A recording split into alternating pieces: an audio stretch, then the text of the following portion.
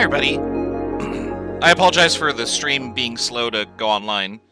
I pushed the button to go online, and then I noticed it wasn't working. And I was like, why is it not working? That's strange.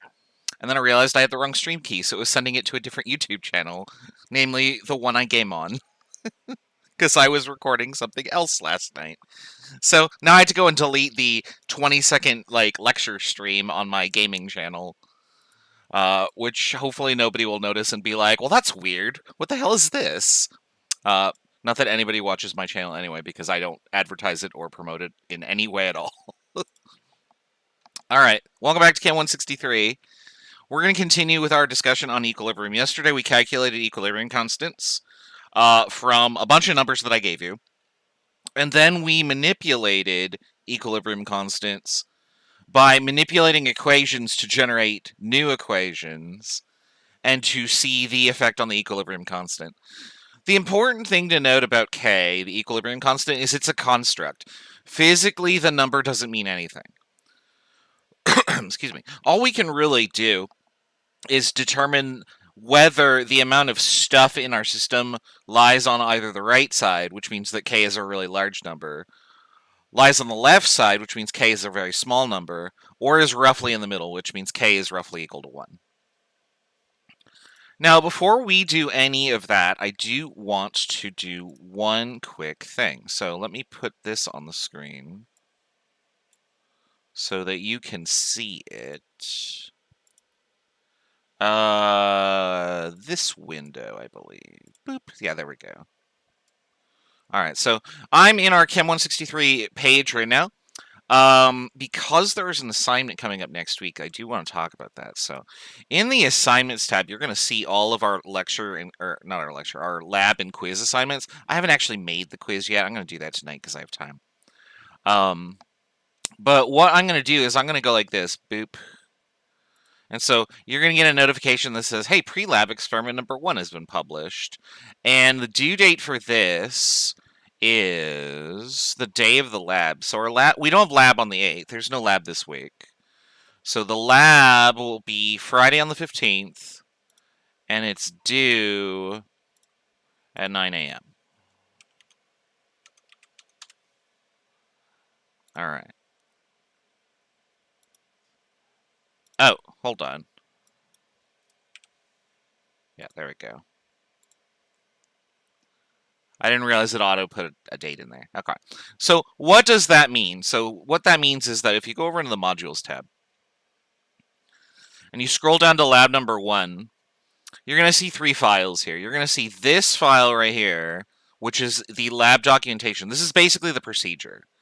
You're going to want to either print this file out or have it on a flash drive or have access to it. There are laptops in the laboratory.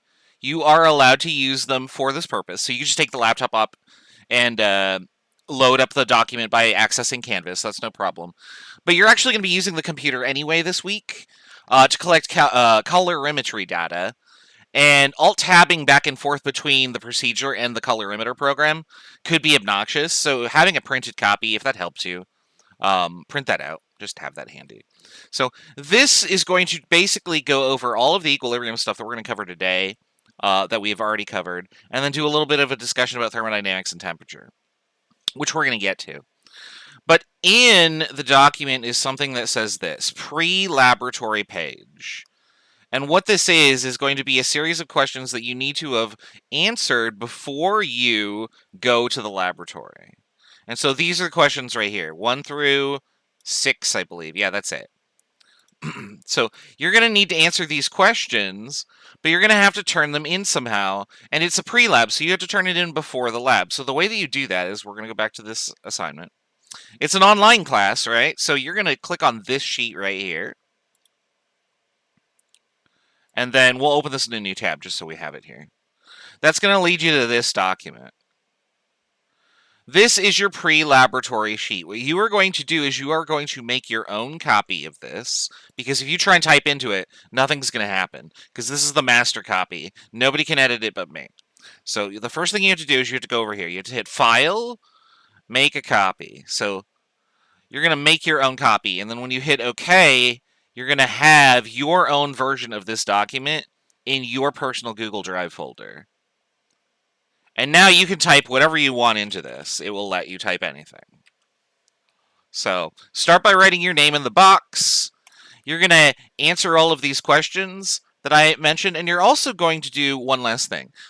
In this box at the top, at the start of every pre-lab assignment, is going to be a box that just says goal. What I want you to do is, in the goal box, tell me what the point of the experiment is that you're doing. So that does require you to read through the entire documentation and then just get a gist for it. You don't have to be perfect. I just want you to read it and then sort of understand, like, oh, okay, we're doing this to figure out equilibrium constants. I get it. And that's totally fine. I want like 2 sentences, at most 3. Like, don't write a story. If you go outside the excuse me, if you go outside the bounds of this box, you've written way too much. All right. Once you have filled all of this out, it's worth 4 points. You are going to then go like this. You're going to go File, Download, Microsoft Excel .xlsx. You must use this format. Canvas will reject any other format. So download your file as an XLSX file, and then I don't need this anymore. When you go to the assignments and you click on pre-lab experiment number 1, for you, if I click on student view, there will be a button to, well, it's not going to let me do it because it thinks that I'm not a student, even though I'm in the test student. There's going to be a button here that says upload, and you upload that completed XLSX there. The due date is shown right here. So this is set to the start time of the lab because it's a pre-lab, right? So that's how you do pre-lab for experiment 1, which will be next week. So that's due at this time. Make sure you do it by then because it closes and there is no soft deadline for this. This is a hard deadline. Once the lab starts, I don't accept them.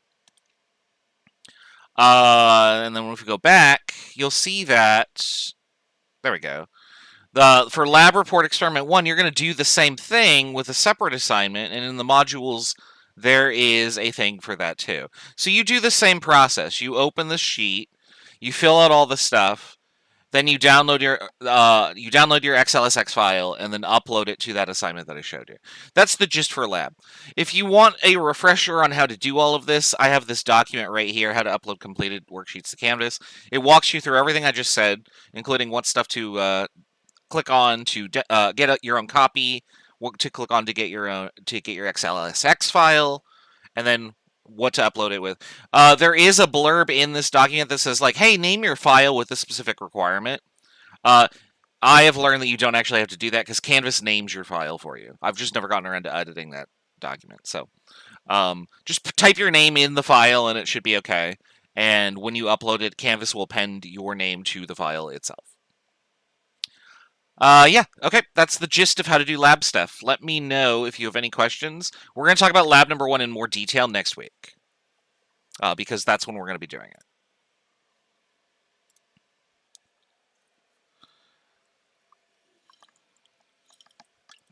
There we go, just drinking some water. Got to stay hydrated. All right, let's go back to our discussion of the equilibrium constant. So today we're going to introduce a new constant. It's not really a constant, I guess I would say. I mean, for the conditions that we're going to establish, it is. But if you change the conditions, you change the number that you get here. This is called the reaction quotient. And so the variable we use for this is Q. So Q is for not equilibrium situations. In other words, if you calculate what K is, K will always be your equilibrium condition. Your substances have to equal K when you put them into the equilibrium expression. And so we remember what that is, right? So K equals, I have like, I should probably write this as C and D and not A and B.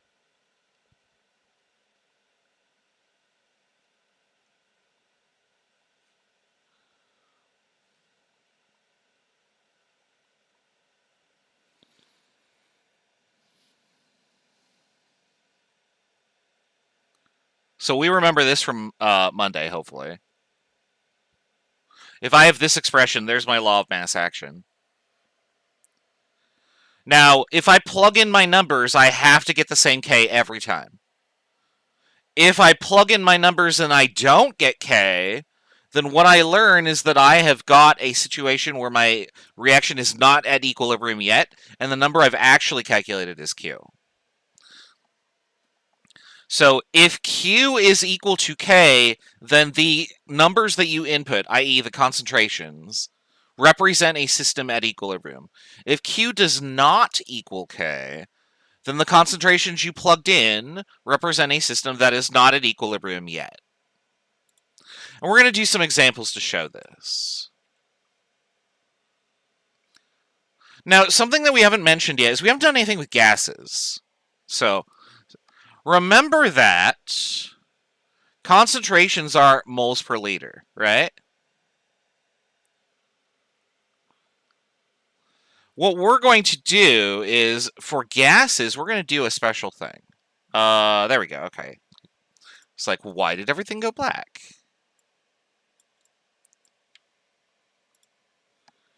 All right, so using the ideal gas law, we know that this is true.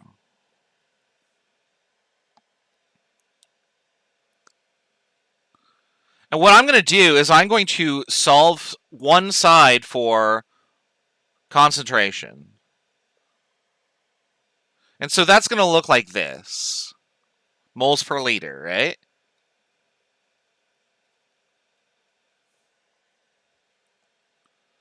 So for our law of mass action, what I can do is I can do something like this.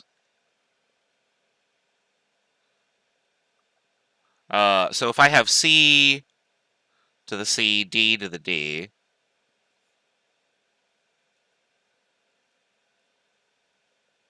if I have something like this, I could substitute, since this is a concentration, I could substitute that in for each of these things. And that would just be this. So this would be the partial pressure of gas C at RT,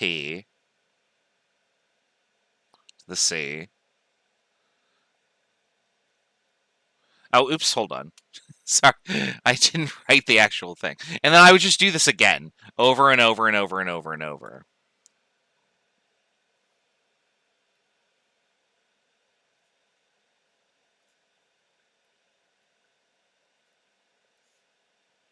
And you can probably see that all the RTs, depending on what our exponents are just going to cancel out.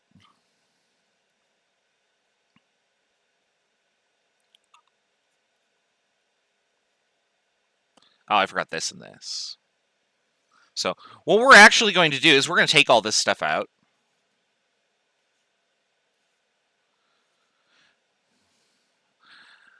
Of the equation, and we're going to do something interesting for it. I'm going to draw a line here, and I'm going to write this right here. K sub C, and you can see this up above, where I have the QC and the QP. K sub C is an equilibrium constant with concentrations. K sub P is going to be an equilibrium with pressures instead. And what Kp is going to equal is our equation without all of these RTs in it. And we're going to deal with these RTs in just a little bit.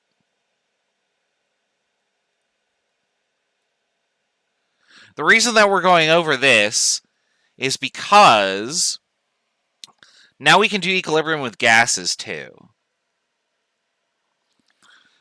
Generally speaking, the subscript is going to indicate whether you're going to have a gas phase equilibrium or a concentration equilibrium.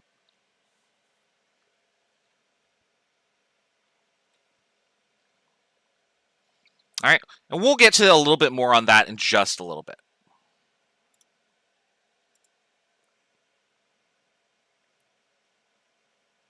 All right, let's pretend that we have a system and we don't know whether it is at equilibrium. We're going to calculate the reaction quotient for this system. Here's our reaction, by the way. So I'm going to put 1 mole per liter of A in. Excuse me. And I'm going to have no B at the start because the reaction just started. It hasn't decomposed yet. So I want to write the equilibrium expression here. So I'm going to write Kc equals B over A squared.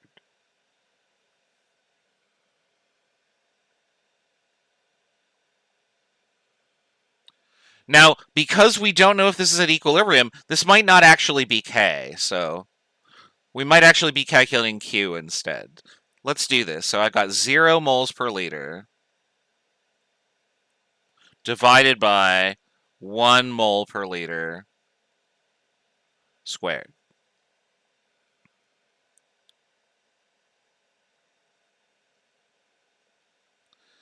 And what actually ends up happening here is that we get a dimensionless quantity, 0 for Q. Now you might be looking at this and going, wait a second, the units don't cancel out. And it's because when we do these concentration calculations, where there's actually an extra step that's involved. And I don't know where I talk about this. Let me see if I talk about this anytime soon. I don't see it in here.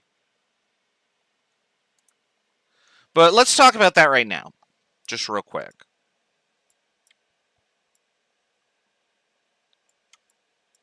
That's a little big. We'll make it smaller. So you've probably noticed that when I have the top of the equation to the first power, but the bottom is to the second power, the units don't really cancel out, right? So let me write that as an example here. So if I have some number of moles per liter divided by some number of moles per liter squared, then our units would actually look like this, right?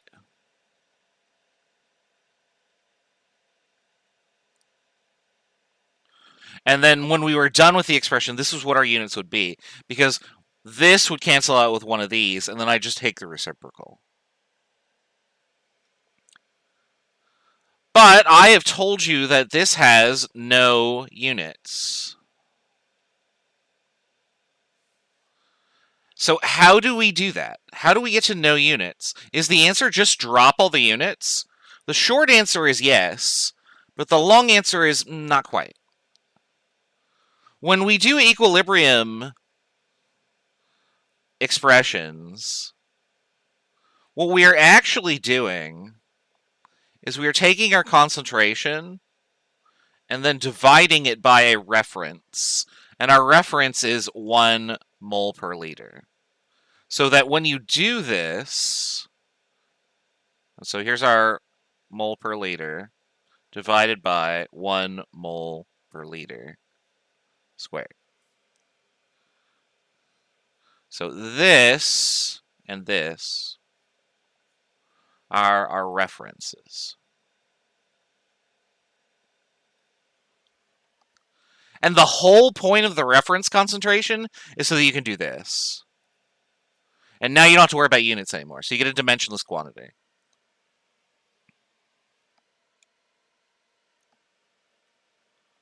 When we do this with pressures, it's the same thing, but your reference pressure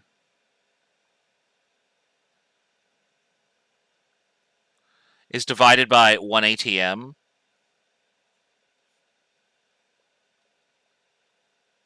Oops, A.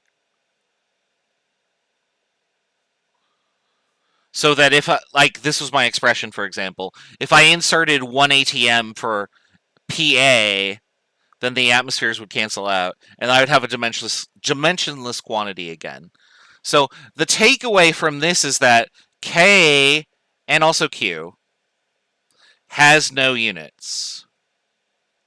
So remove them.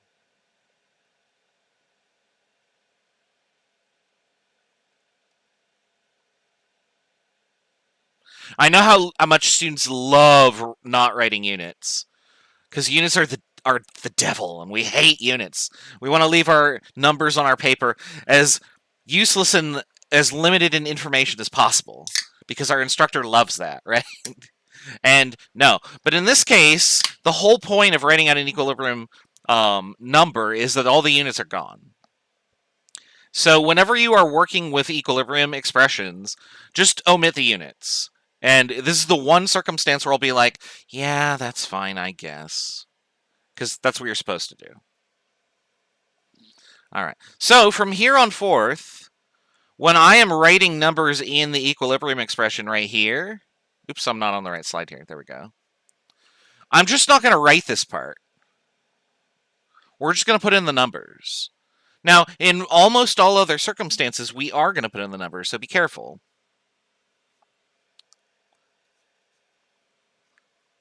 So when I calculated my Q for this expression, I got 0.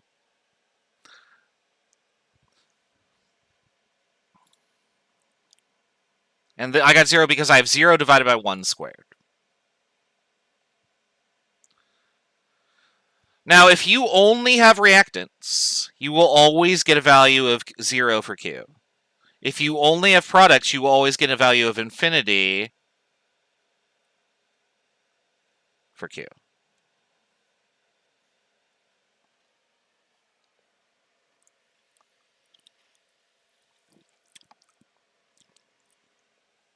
Your equilibrium constant, your K, will be somewhere between those extremes.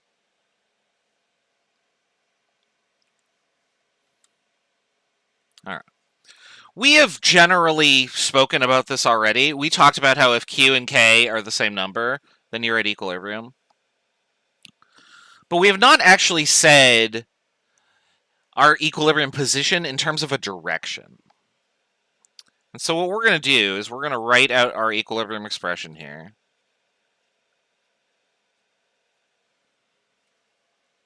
And we're going to define our equilibrium position with regards to direction.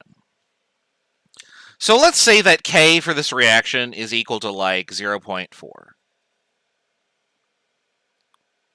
Let's suppose that I calculated a Q of 0.02. In this circumstance, Q would be less than K. What does that mean about the number of reactants and products in the mixture currently relative to equilibrium? Well, if Q is too small, I have too many reactants. So in order to make Q equal K, I need more products. And so what we would say is, okay, our reaction is going to move in the direction of the products, or it shifts to the right.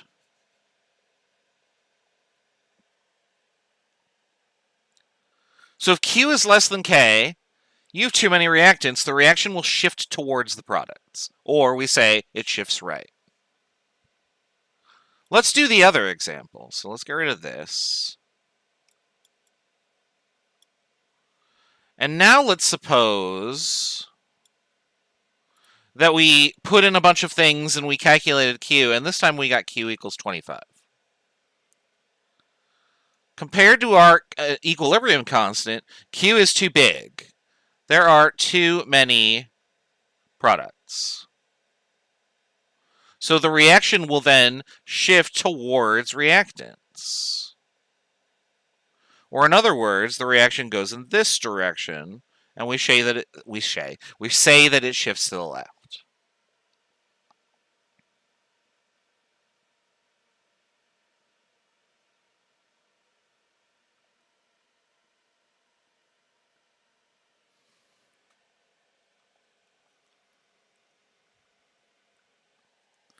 So this is just some terminology or lingo that we throw around when talking about equilibrium position.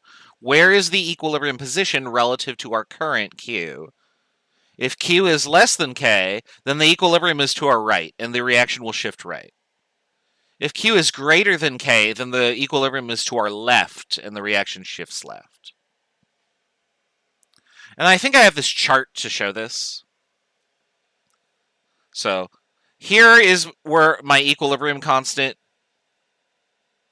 which in this example they chose 1.5.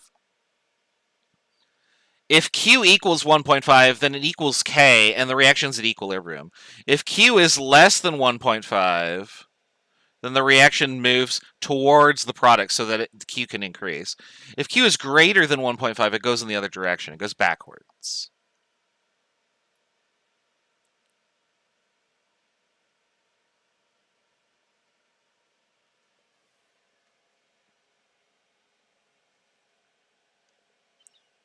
All right. So I'm going to give you an equilibrium expression and its constant. Now we're using Kp here, but remember that for the equilibrium constant for pressures, you're just going to input your pressures however you would here. So you have 3 species. You would do something like that, and then the top one, I'm going to let you figure that out. What do you do with this number? I don't want to just hand you the answer. All right. Down at the bottom, I have 3 experiments. And what I want you to do is I want you to tell me which experiment is at equilibrium. And then for the other 2 that are not, which direction will their reactions proceed? Presuming that we paused it and then we hit unpause, which direction would the reaction proceed for experiment 1, 2, and 3? Okay. I'm going to give you about 5 minutes to go over this, and we'll go over the answer together in just a moment.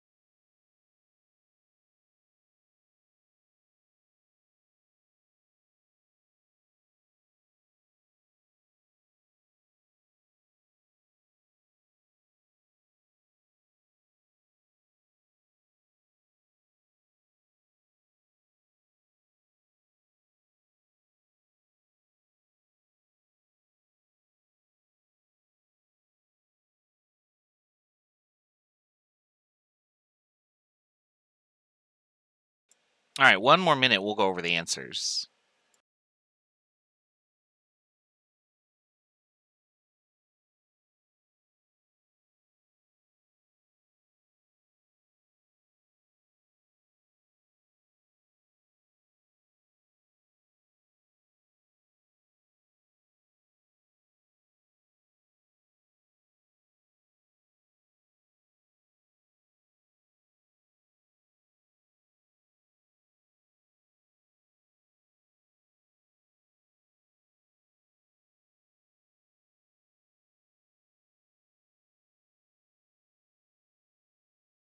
All right, let's show how we calculate these. We'll go over here.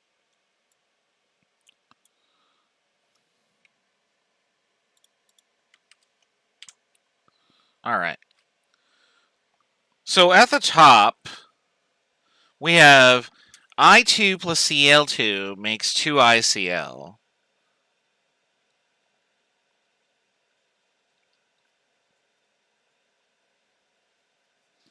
And we have K at, or our equilibrium constant involving pressures is 81.9. So our equilibrium expression would be our product, which is the pressure of ICl, squared, because there's a 2 here, divided by the pressure of I2, times the pressure, the pressure of Cl2. And that's going to equal K or Q, depending on what we're at. All right, so experiment 1, let's just plug in all those numbers and see what we get. And I can't actually read these numbers. Hold on. I got to make my screen bigger. There we go. So we've got PICL is 0.3559. And again, we're going to ignore the units because equilibrium expression, right? And then we've got PI2, which is 0.1141. And then PCl2, 1026. Now I punch that all in the calculator to see what I get. So 0.3559 squared divided by parentheses 0.1141, 0.1026.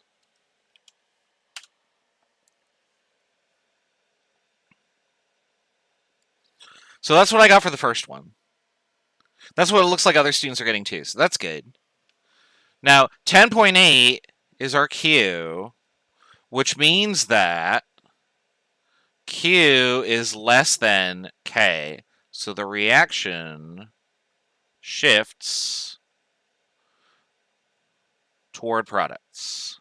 Ah, my pen didn't work there. PRO, that didn't work.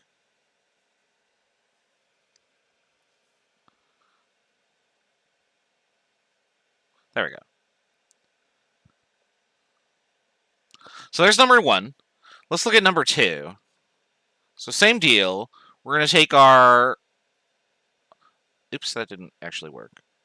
We're going to take our ICL pressure and divide by the other pressures. 9722 times 0.01390. And what do I get when I do that?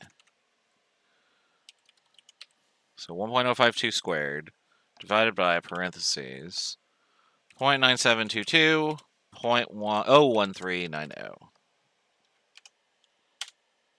And I get 81.89, which is essentially the correct number.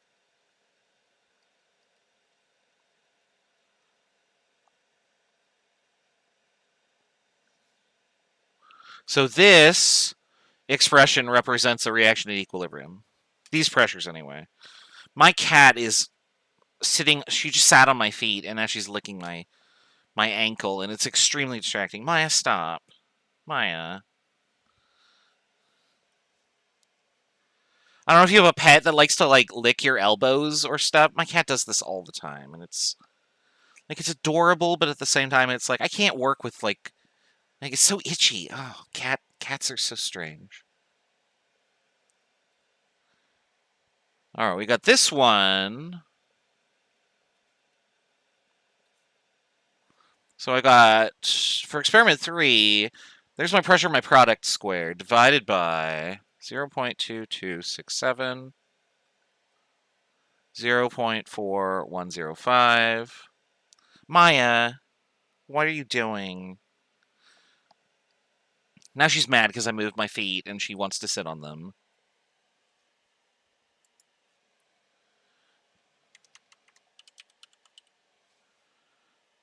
Okay, 3.206 squared divided by, parentheses, 0.2267.4105. And for that one, I got 110.4. And we conclude here Q is too big.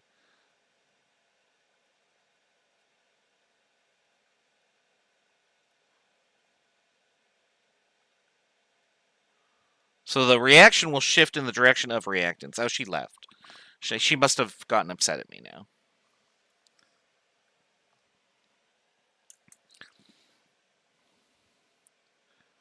There you go. So that's how we calculate Q versus K to see where we are relative to our equilibrium.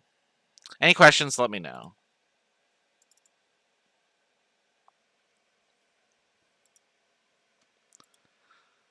All right. Let's talk about how we got Kc versus Kp. There is actually a relationship between the two. So we showed this relationship earlier, that I could express pressure as a sort of molarity.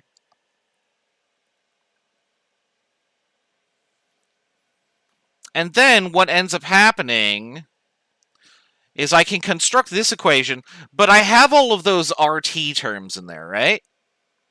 Now, those RT terms are going to be absorbed in this right here, the subscript P. What that means is that Kp and Kc will usually not be equal.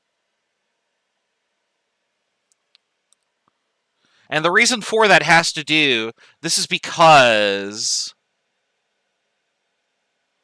of the divided by RT stuff.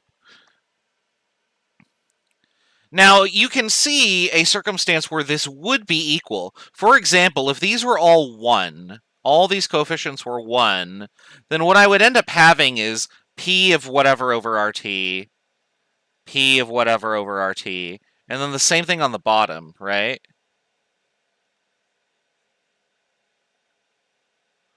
And then these would just all cancel out. So if all the coefficients on the top and on the bottom were the same, then all the RTs would cancel out, and I just have the equilibrium expression, right? I could just turn P into concentration or whatever, and it'd be fine. The issue arises is if you have a different number of moles on both sides of the equation. We're going to see that in just a second here.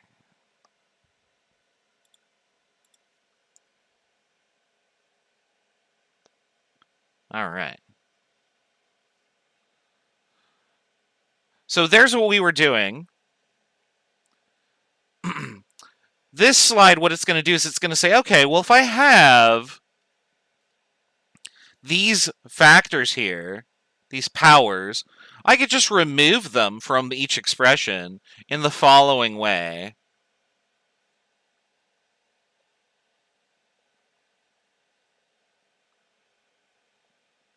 And then I can reduce that down to one thing. So you don't need to follow the algebra here. The algebra is kind of obnoxious. So that's why I have these pictures.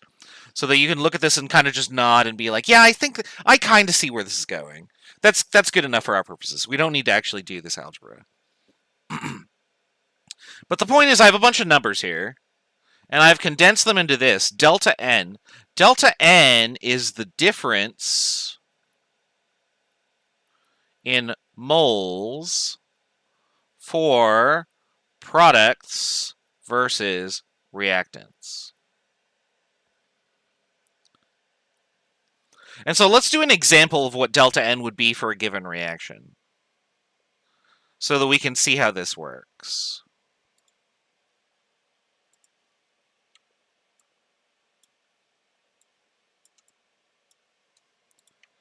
All right.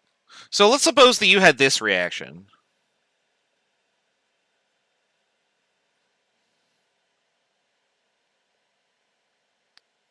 Something like that. I'm just making up an expression here.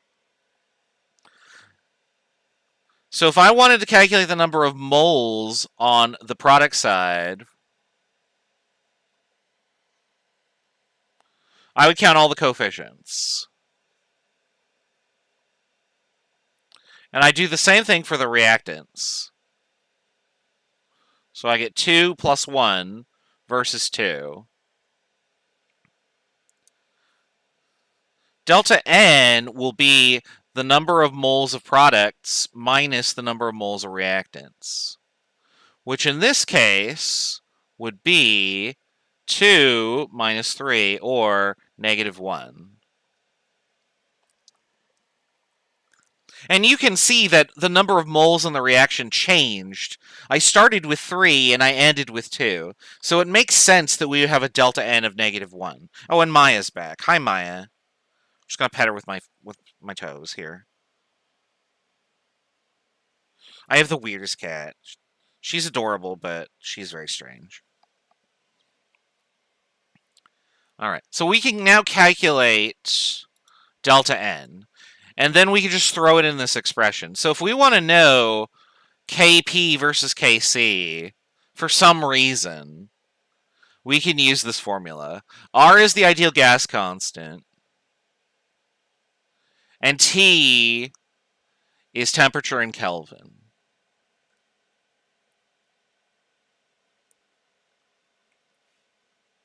Now, we want to use this ideal gas constant specifically because we want to have the version that has atmospheres in it. We don't want the 8.314 joules per mole Kelvin because we're not dealing with joules. We're not doing the energy in this expression.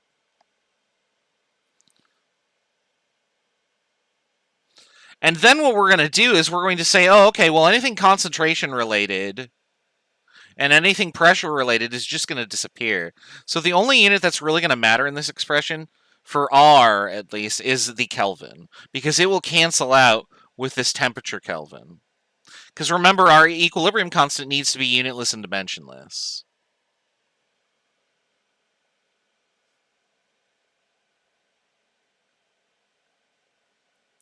All right.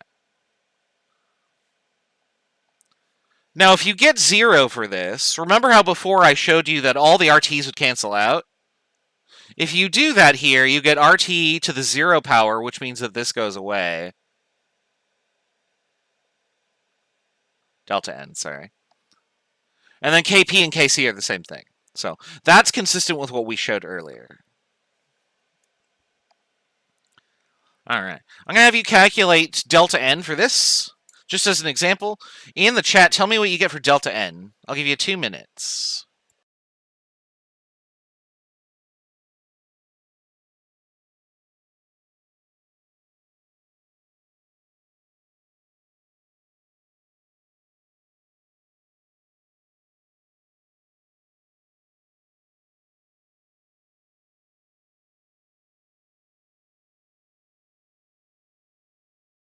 I just realized that we were on the wrong screen. So there's the problem. I want you to calculate delta N for this.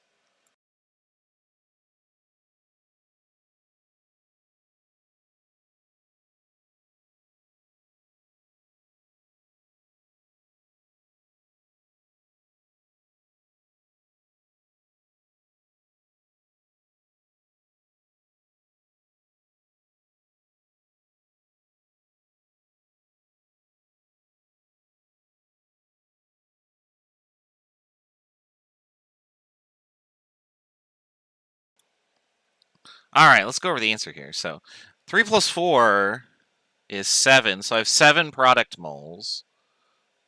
Over here, I have 6 reactant moles. So delta N would be products minus reactants, or 1.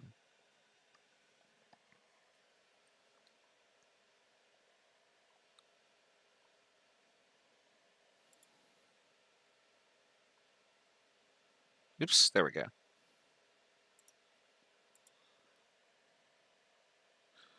Yeah, it's funny how in this class, Like, we're going to get to a point where the algebra is going to get super easy for us because we'll have done it so many times. But counting will always be wrong. So when I did that, what's funny is when I put this problem on the board at first, I was like, oh, the answer's 2. Yeah, so I did it in my head. And then somebody said 1, and I was like, oh no, they miscounted. Oh, wait, no, I miscounted. I suck. So don't feel bad if you got 2, because I also got 2 at first. Here's another one. What would delta N for this reaction be? I didn't count the 1. I just saw a 5, a 6, and or a 5, a 2, and I don't know what I saw. But yeah, I'm totally there with you. All right, we'll redeem ourselves with this one.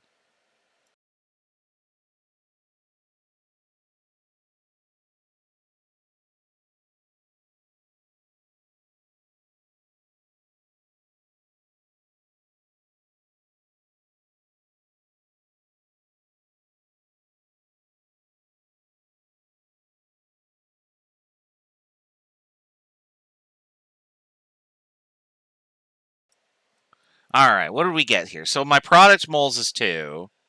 So that's right there. My reactant moles is 3. Delta N would be 2 minus 3. And there we go. So that's how we calculate delta N. All right, let's figure out a Kc at this temperature. So Kp, remember our expression here, Kp equals Kc times RT to the delta N.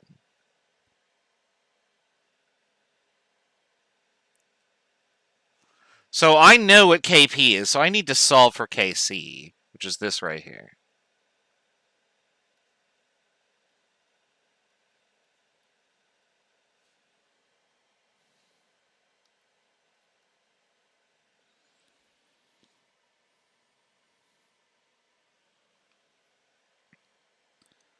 And so that's going to be, I guess we're going to work in this direction, which feels really weird, but that's okay. So there's Kp divided by RT, so 0.08206. Remember that the liters, atmospheres, and moles stuff all go away, and all we really have is Kelvin here. Times the temperature. 25 Celsius is 298 Kelvin. And those units do cancel.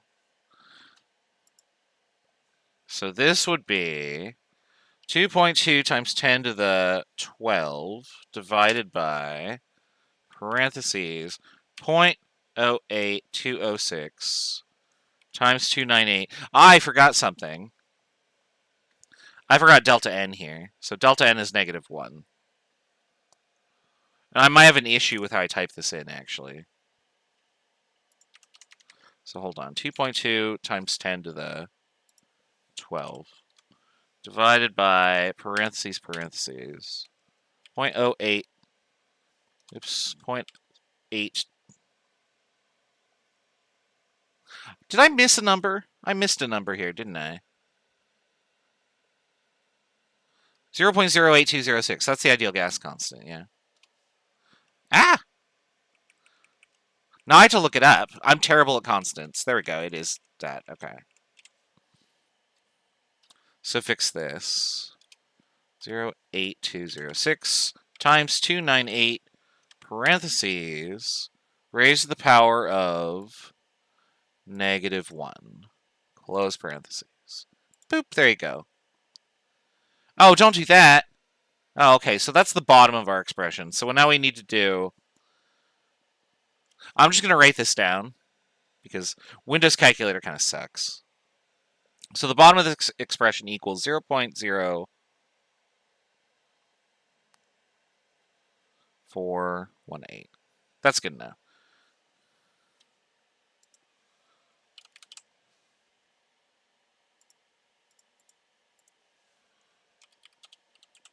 All right, so that... Oh, Windows, why are you like this? There we go. 5.26 times 10 to the 13 is the answer that we should get. I have 5.4 on here. I'm willing to say that our answer that we calculated, which was 5.3 actually, is close enough. And if I kept more digits, it'd probably be okay.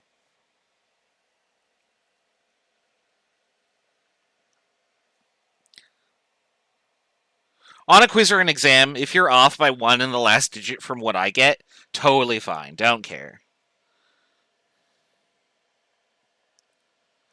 I know some instructors are kind of sticklers about that. Like, you got to get the right number. I care more about the sig figs than I do about the whether you land on the 4 versus a 3 or a 5. All right. Where did the units go on K? We already talked about this. I just didn't know where this slide was. I guess I didn't see it. So again, just as a reminder, whenever we're working with equilibrium constants, your equilibrium constant won't have any units on it when you get the K or Q. And I think that's all we have. So we're going to do this example after our break, because it is break time. So we're going to go over to here. If I can find my cursor, where is it? There it is. That's not the right button. There we go. All right. So I'm going to start the timer. We're going to take a 10-minute break. A little more tunic music going in the background. We're getting to the creepy parts of the soundtrack, so that'll be fun.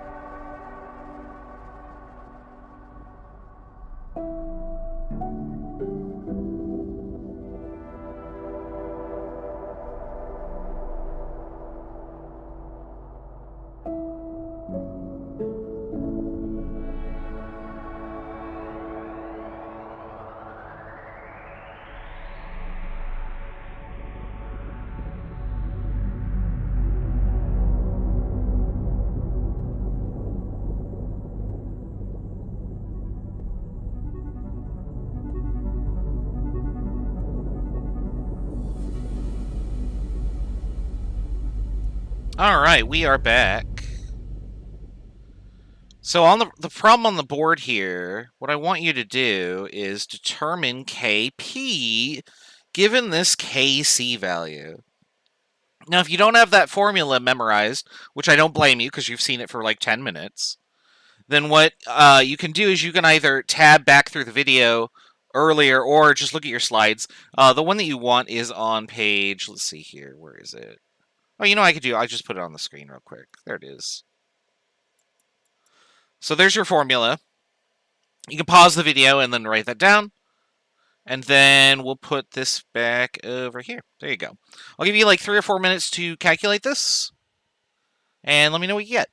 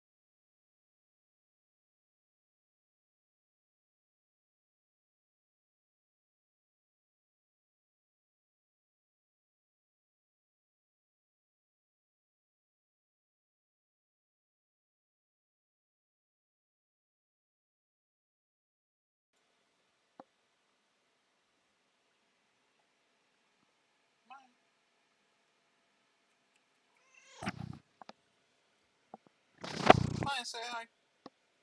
Maya, hello. Maya's saying hello. Let's do 1 more minute. We'll go over the answer.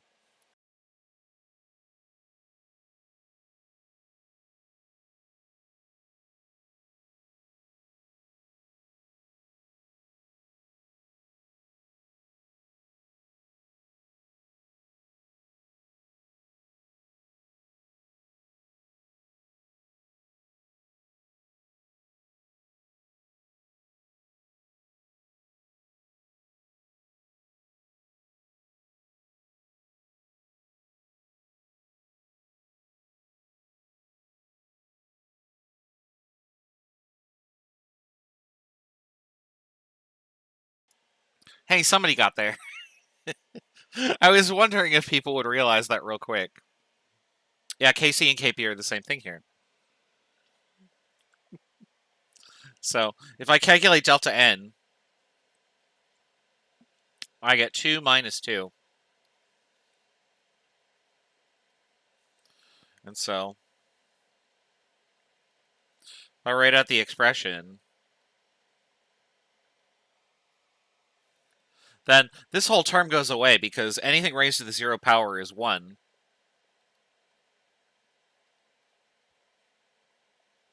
There you go. However, how many of you typed it all in your calculator and were like, oh, man? Because I guarantee that's what I would have done too. That's okay.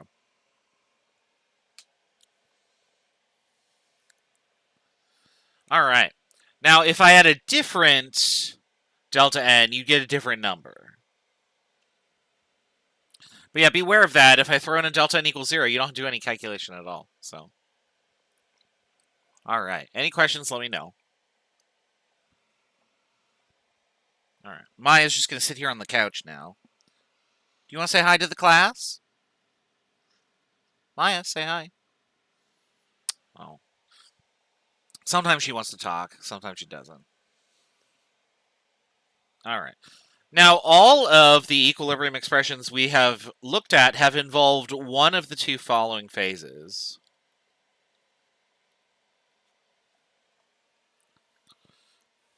We can work with an aqueous solution because the units of that are in a concentration.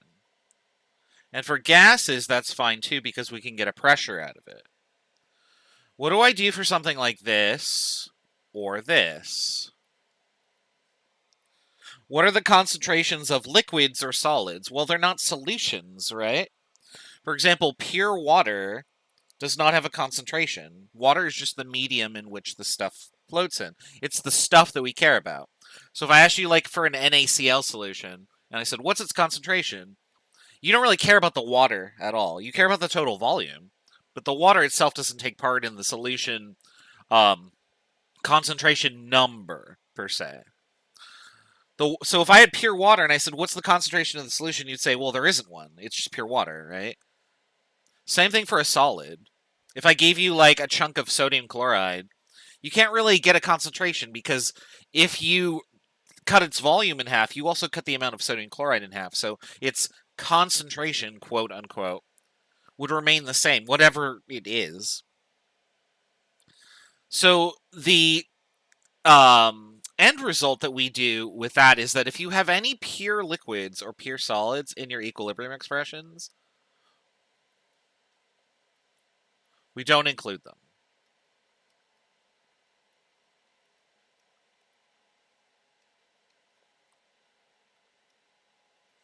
And so this is where the phase does matter. The only things that we do include in equilibrium expressions are aqueous and gas phase things.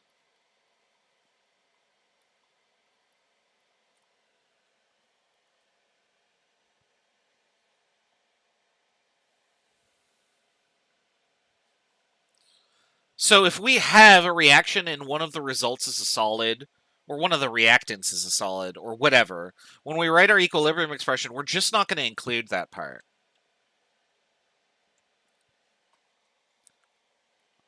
And again, the reason for that is because you don't have concentrations with liquids or solids.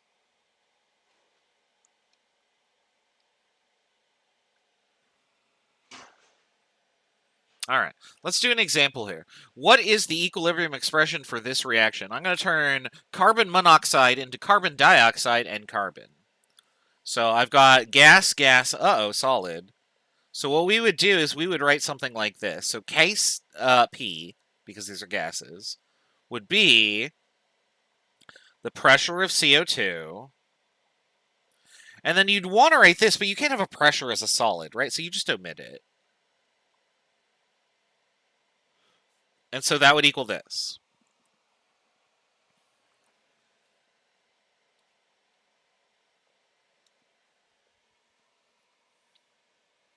So anytime you see solids or liquids, you just don't include them in your equilibrium.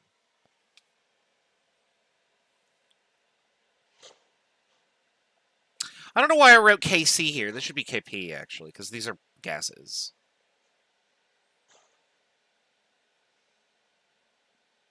I suppose if we wanted to write them as Kc, we could do this.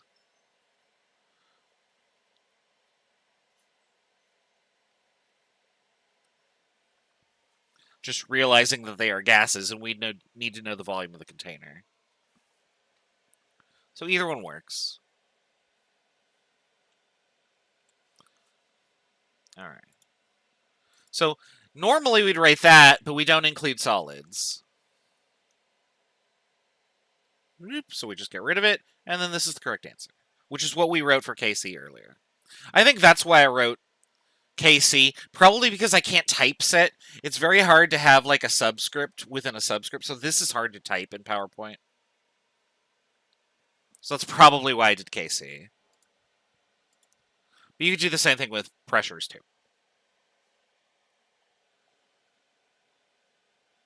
All right. I have a bunch of expressions here. This is impossible for you to type in the chat. So when you are finished, just type done or something like that. I want you to write out the equilibrium expression for each of these three things.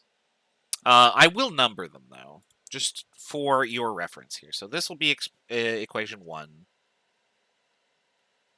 This will be 2, and this will be 3. All right. Go ahead and give me an equilibrium expression on your paper that you are not going to type in the chat because that's too difficult. But I'll give you about 4 minutes to do that, and we'll go over the results in just a second.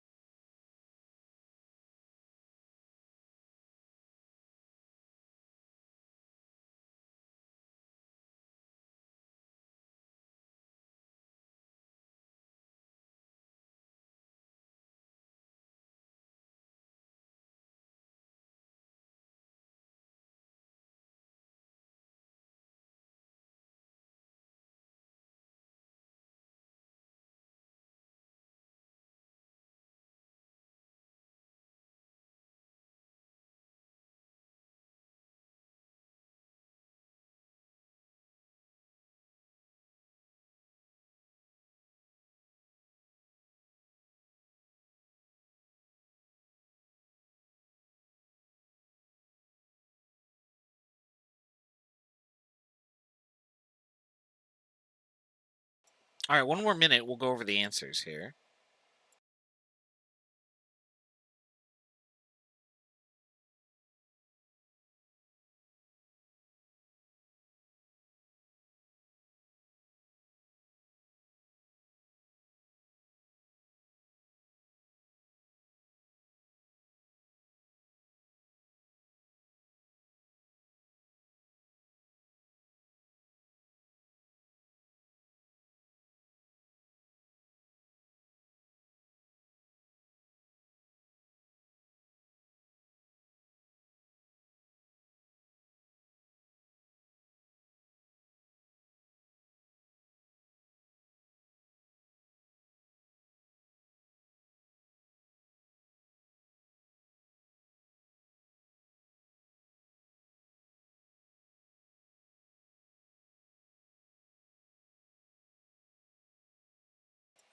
All right, let's go over the results here. We'll go over here.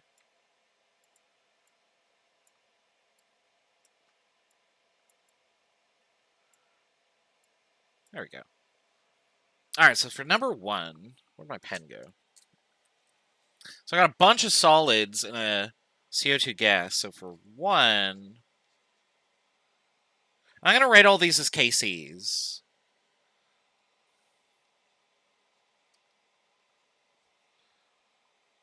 That's it. All the rest are solids, so this is just your answer. So the equilibrium expression is entirely dependent on how much CO2 gas there is in the container. Number 2, I've got Cl2, O2, and HCl gases, and then water is a liquid. So Kc would be Cl2's pressure or concentration squared over HCl's concentration, should be an L, to the 4 times O2. And then we omit the water because it is a liquid.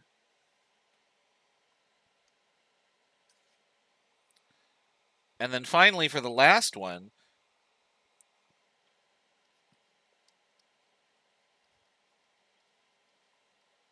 oops, that's not what I wanted to do. We'll just do that. Specifically, this is the gas concentration. If the screen is blurry for you, then let's see here. I gotta figure out where to do. Okay, so right underneath. Let's see here. Yeah, right underneath this decimal point. I'm hovering over the decimal point right now. You can see that on the. If you scroll down, or if you put your cursor where my cursor is on the decimal point on the calculator, right below it, you'll see a gear icon, and if you click on the gear icon, it'll say. Let me see what it says. It says quality. Set the quality to 1080p or 720p, and that will unblurify it. That can happen if your connection is unstable, or your connection is just a little slow.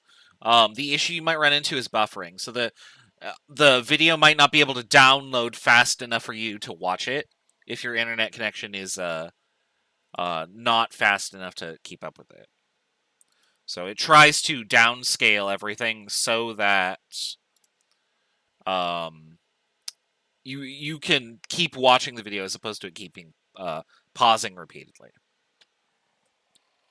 All right, let's do Le Chatelier's principle. We'll probably call it a day here. And then we'll spend next week doing all sorts of calculations with equilibrium, which will be fun, question mark? I don't know. It's kind of up to you. So if the reactants are aqueous or gas, and there's nothing that can be used in the products, what do you do? It seems like it would be 0. So you're actually kind of close, but it's not 0 because you don't put a 0 on the top there. So if you had something like, say, this. So if this was your expression, like, let's do the reverse of this one. So this one is specifically is H2O liquid to gas. And so I should get the reciprocal for this one right here, right?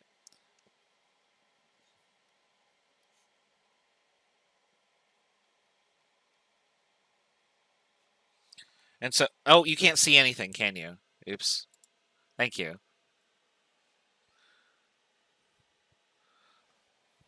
So we're going to do this reaction right here, which is the reciprocal of the last thing that we did because we just flipped it around, right? Because remember, if you flip the reaction around, you take the inverse. You raise to the power of -1. What's the reciprocal of this? It would just be 1 over that, right? So instead of a 0, you just put the thing on the bottom, and the only thing that goes on top is 1.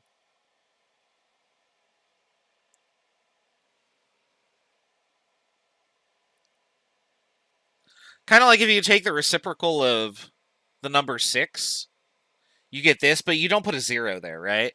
That doesn't make any sense. You put a 1 there.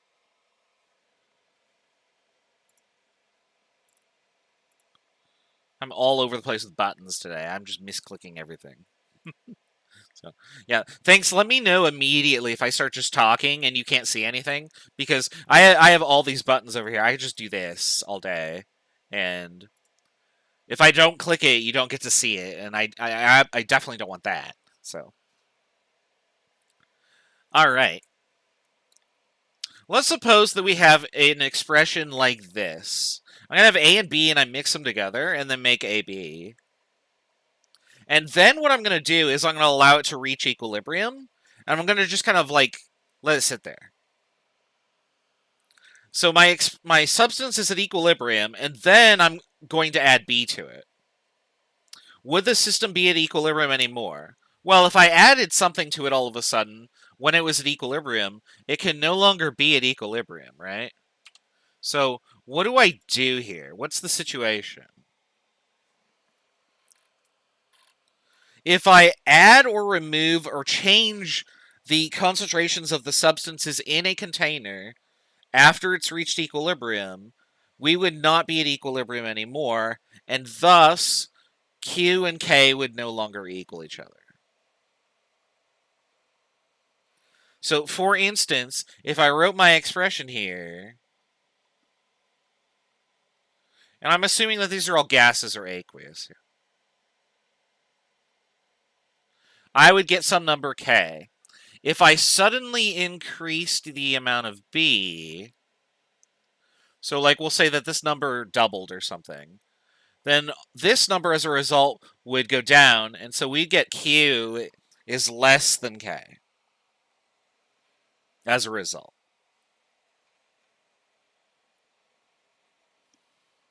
For this specific situation. Now, K is a constant. It has to be what it is. So if we suddenly add B, the reaction isn't at equilibrium anymore. It will try to go back to equilibrium. And so this is where the shift left, shift right thing that came in that we were discussing earlier. For any reaction, the equilibrium constant is just that. It's a constant. So a reaction that is no longer at K will try to go back to K.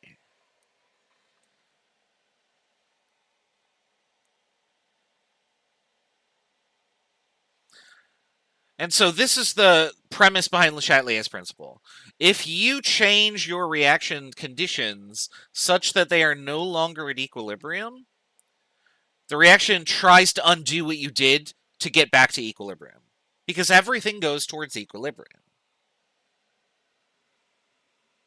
In other words, if you add reactants and disrupt the equilibrium, your system's going to start using those reactants up. It's going to try and undo the change that you made to it.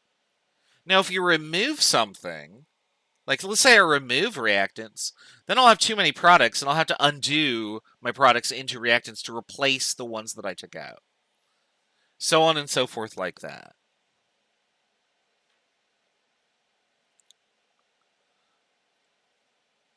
And that's what this slide is saying right here. So if I add extra B into the reaction, I have too much B. I have to use it up so the reaction would proceed in the forward direction, towards the right.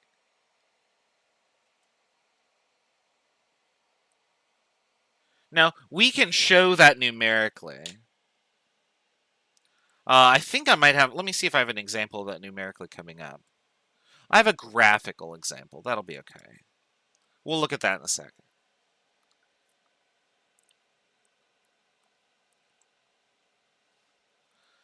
All right. Let's suppose that I have this reaction and I add NO2 so that the reaction is no longer at equilibrium. What do you think will happen after I've added NO2? So let's suppose that like I was at equilibrium, and then here's the amount of NO2 I have. It's this. And then suddenly, boop, I have too much because I added it. What do you think will happen? Will I have the same amount and it'll just sit there? Will it make more, or will it get used up?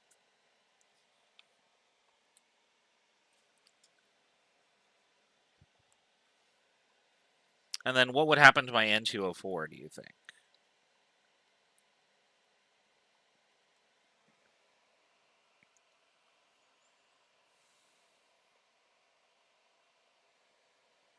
I'm going to give you just a second to think about that. You don't have to type out an answer, but I do want you to kind of like consider what should happen. All right, let's go over the result here. If I have too much NO2 in the expression, so here's my equilibrium expression here. K equals, actually we'll do Kp.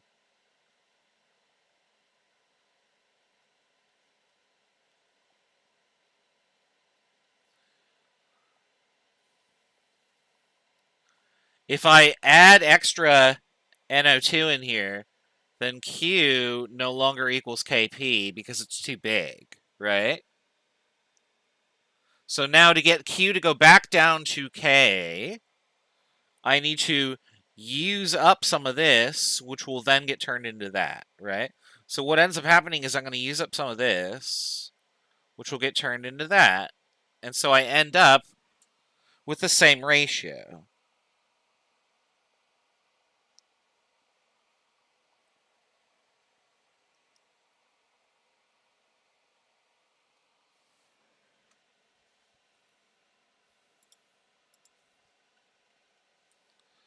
What would you say the reaction does in terms of direction? Well, since I have to turn NO2 into N2O4, we would say the reaction shifts left. Now, as you saw in our little graph there, we have different amounts of N2O4 and NO2 that we have at equilibrium, but the ratio, which is Kc, will remain the same before and after. All right. Now I want you to consider what happens if I add N2O4 to the mixture. So we'll just do another graph here. We'll start with the same things here. So NO2. And I should write this down. And then suddenly, woo, I added this much. What will happen to my substances?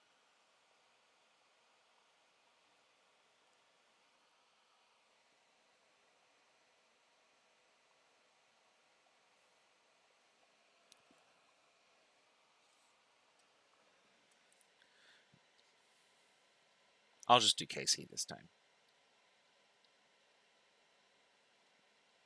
I don't know why my computer does this.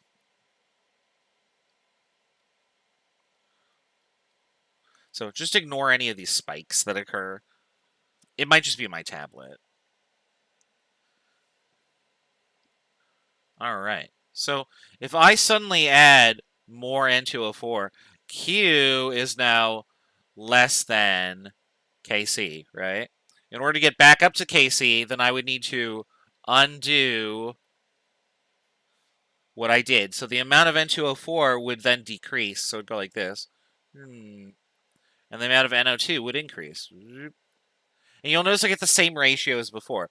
I have basically this going on. This isn't really a ratio, but you can tell that it's just been shifted up a little bit. Really, what I should do is draw a line towards the bottom and say the proportion of the top line to the bottom line relative to this 0 point is the same, but that's okay.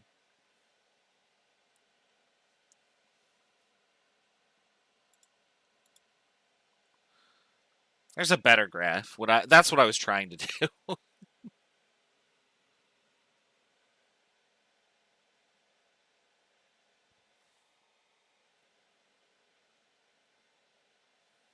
So the point is that if you disturb equilibrium, your reaction is going to try and undo the changes that you did, both physically and mathematically, so that the equilibrium constant K is what your system equals once again.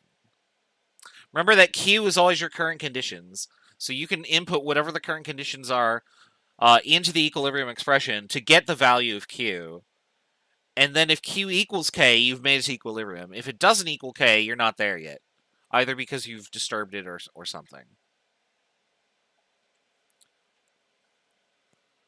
All right. I want you to tell me what happens if I add ammonia to my system here. Tell me in terms of all of the concentrations. I add ammonia. What will then happen? Does something get made? Does something get consumed? Try typing that out in the chat. I'll give you like 2 minutes to think about it.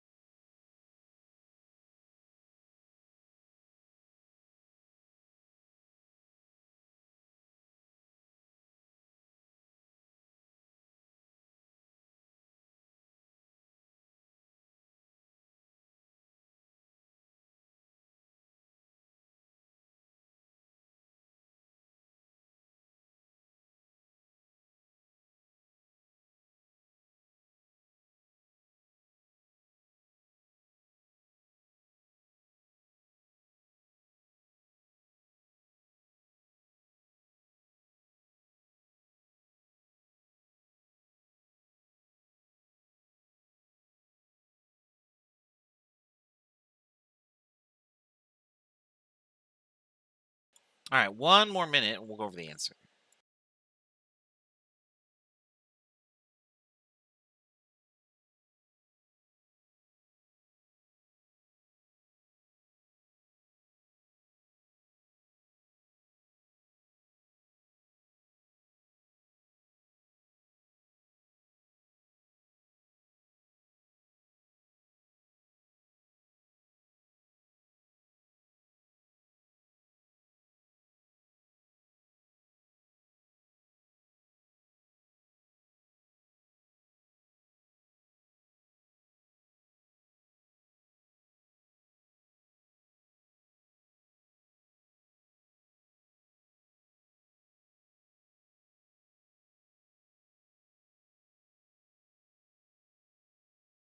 All right, so let's go over the result. So if I add more of this,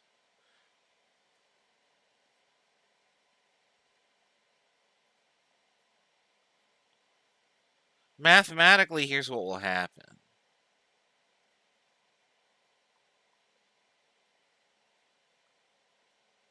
So here's our mass action equation. Ooh, then nobody can see that color. That's not color I want. Okay. If I increase this number, then Q will go up and be too big. If Q is greater than K, the reaction shifts to the left. And then we have to undo what we did. So that means that this will be reduced and then these will increase.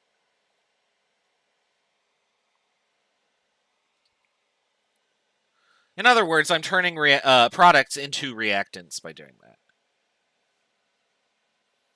All right. Now try this one. I'm going to remove N2. Which direction will the reaction shift and why? 2 more minutes to think about that.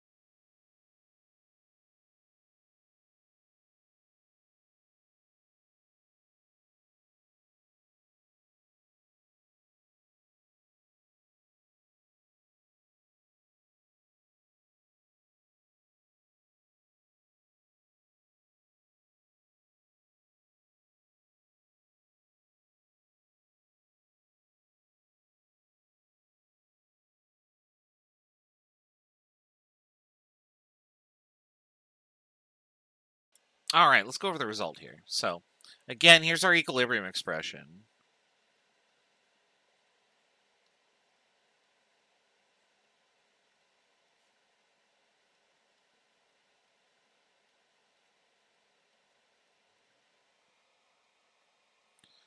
And if I reduce the amount of nitrogen, so this number goes down, what happens to Q?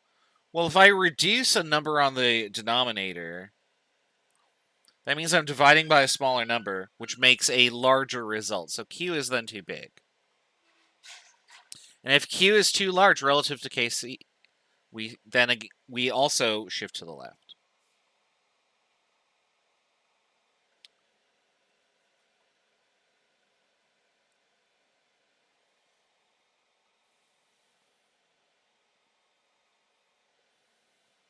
So when you remove things, what your reaction will try and do is replace them. So if I lose N2, then I need to replace it, but in the process of doing that, I'll also make this. Oops, that one's not right. Which means I have to consume ammonia to do that. So this is the one I want to undo. So yeah, always try and think of it as a perspective of how did you disrupt the reaction, and then what will the reaction do to undo what you did?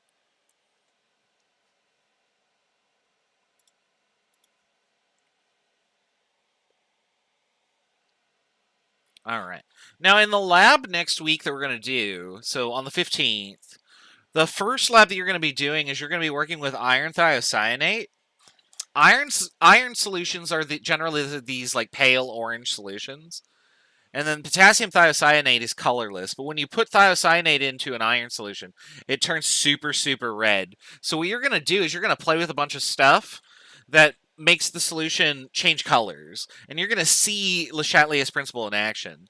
So you're going to add more reactant, and oh, what does it do? Oh, it got more of a color, or it got less of a color. Oh, you're going to remove a reactant by adding something that will precipitate it. What will happen? Oh, it turned this color. And so you're going to get to see all of this in action from a qualitative perspective of just like, oh, I'm going to add stuff and see how the colors change. So that's the first part of that experiment that you're going to do. The second part, you're going to calculate an equilibrium constant. We're going to show you how you do that in the lab. All right, so this is what we talked about. If you disturb the equilibrium, you get a new value for Q. If your new Q is smaller than K, the reaction shifts right.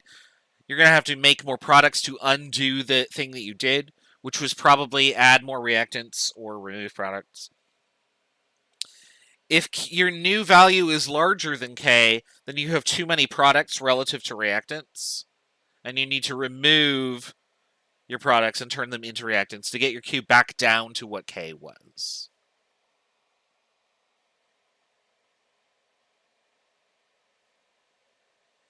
All right. All right, I'm going to give you this problem, and what I want you to do is tell me what happens if I add additional CO2 to this reaction mixture.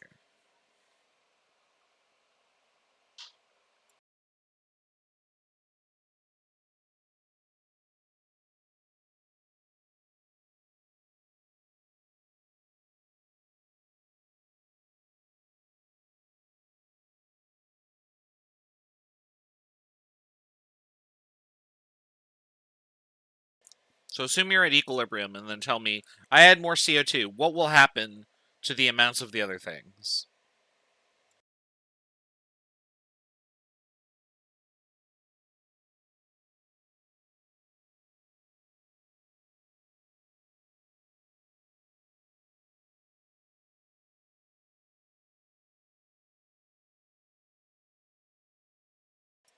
Now, in order to answer this, first write out the equilibrium expression. You're on the right track that, hey, there's a bunch of solids. I should be careful here, right?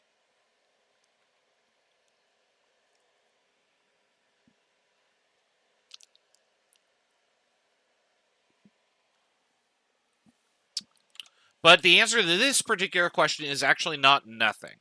And let's show why. Sorry, I'm eating a banana because, I don't know, I just had bananas and I was like, oh, I'm going to eat a banana.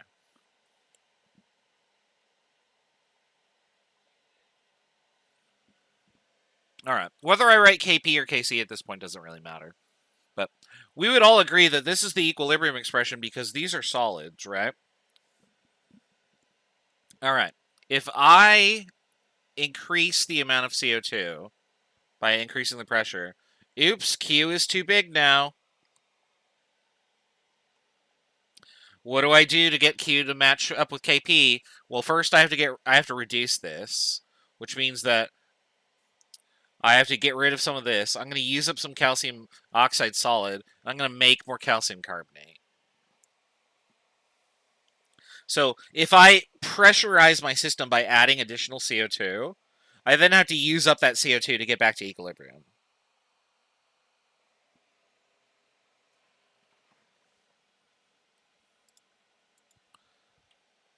All right. Let's do another one. What if I add calcium carbonate solid? And I'm going to write down the equilibrium expression that we just did. I want you to tell me what happens for this one if you add calcium carbonate.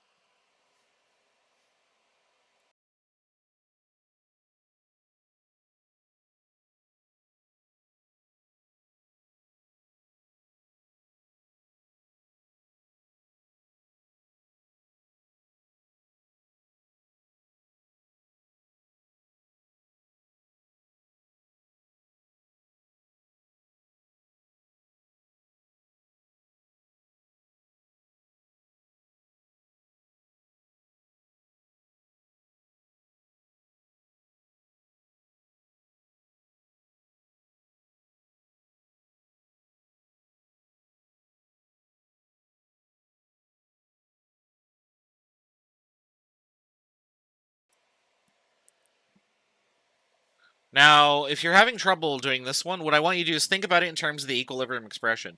Where does solid calcium carbonate appear in the equilibrium expression?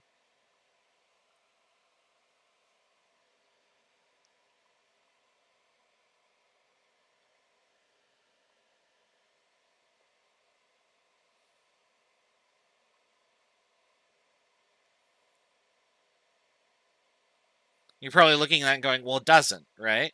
So if I doubled the amount of calcium carbonate, which of these numbers would change? Well, neither of them are calcium carbonate, right? So you can put in as much calcium carbonate as you want, but nothing should happen because calcium carbonate isn't in the equilibrium expression, right?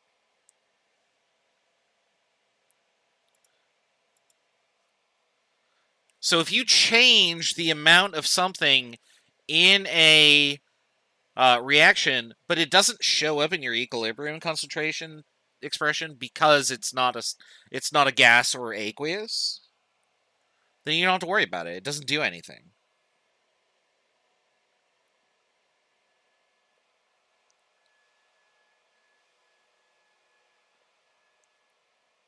So why does the solid not affect equilibrium? It's because the amount of solid that you have in the container. Sorry, there's a leaf blower out there, and I can't hear my own thoughts. So it's because of the amount of stuff there is per unit volume and how we have defined the equilibrium expression. So if I go over here, so this will probably be the last thing we can talk about before we go because I'm all out of time. So let me put this up here. So let's suppose I have a solid here. So this is a solid block of stuff. And we'll say that it has some number of moles per liter. And we'll say that its volume is 1 liter. If I were to do this and I were to cut it in half,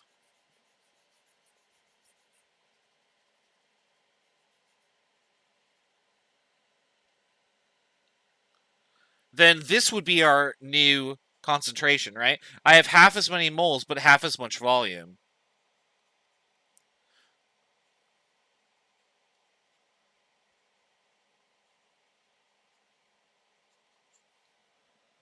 So for a solid and a liquid, as you use up reactants, the concentrations stay constant. And so what that means is that if we have them in an equilibrium expression, so like say, whatever this solid is, remember how we were talking about dividing by a reference? The reference is just this. And when you do this, you just get 1. So you could include concentrations for solids in your equilibrium expression, but when you divide them by the reference, that goes away. So this is the mathematical reason behind why we don't include solids or liquids. It's because their concentration doesn't change relative to the reference. And so because the concentration is always the same, everything just cancels out and we get 1 for solids and liquids. But for gases and aqueous solutions, The reference is 1 ATM or 1 mole per liter. And whatever their concentration is relative to that is just dividing by 1. I feel like that's not going to be a satisfying answer because we didn't really talk too much about references to begin with, but that's the mathematical definition reason. Which is unfortunately really the only reason that I have, to be honest. For our purposes, we're going to just ignore solids and liquids for this reason. When you divide by your reference concentration, which is whatever the concentration of the solid or the liquid is, you just get 1. So 1s will just drop out of the equilibrium expression, and so they won't be a part of it. I have no idea if that was a satisfying explanation. I feel like it probably wasn't. But that's unfortunately like the best I can think of for right now. I have one more reaction for you guys to try, but we're out of time, so I'm going to leave this as an exercise for you to try over the weekend. I'm not sure if you can hear the leaf blower. It's very loud in my ears out there. Sorry, I'm trying to find something. There we go. Oh, I didn't actually click over here. That's what I meant to do. All right. So I'm happy to follow up with any of these conversations later if you'd like. I do still need somebody to make the class Discord, because this is a good question that we could talk about over Discord. As a sort of like office hours exercise. Like, yeah, or send me an email if you'd like. But yeah, if somebody is willing to make the class Discord, send me an email with an invitation link, and we'll get that all set up. But otherwise, that's all that we have time for this week. We're going to continue with more of Chapter 13. We're about halfway done with the chapter, which is good. We're on track for where we need to be. It needs to be a new Discord, specifically for this class. Otherwise, it's a FERPA violation. And I have to follow FERPA. That's a federal rule. I can't have students from previous classes that aren't involved in this class enrolled in the Discord without their permission. All right. That's all I got, so I'm going to hit this little button that starts playing this music here. Next week we'll finish Chapter 13. I'll get a quiz online for you guys, so you can look at that over the weekend. And we'll see you next week. Take care.